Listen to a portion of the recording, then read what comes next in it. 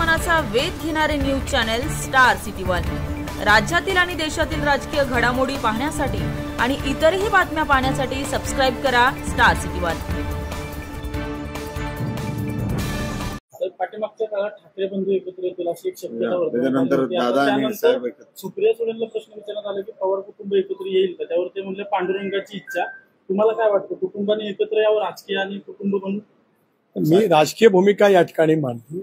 शेवटी कुटुंब म्हणून पवार कुटुंब महाराष्ट्राच्या राजकारणामध्ये गेले 60-65 वर्ष आज त्या ठिकाणी आहे। त्यामुळे कौटुंबिक नातं हा कुटुंबाचा अधिकार आहे, त्यावरती मी बिलकुल काय भाष्य करणार नाही।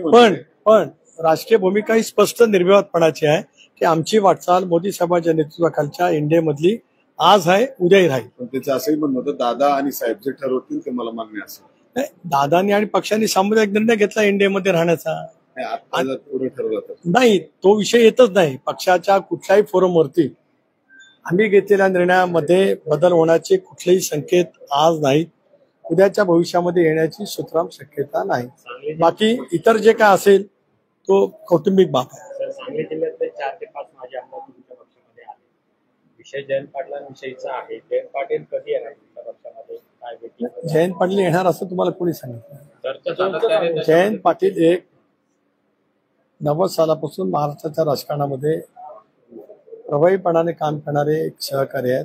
आम्ही एकमेकाच्या सोबत काम केलंय, त्यांच्या मनात काय कधी कोणाला फारसं कधी कळलेलं नाही।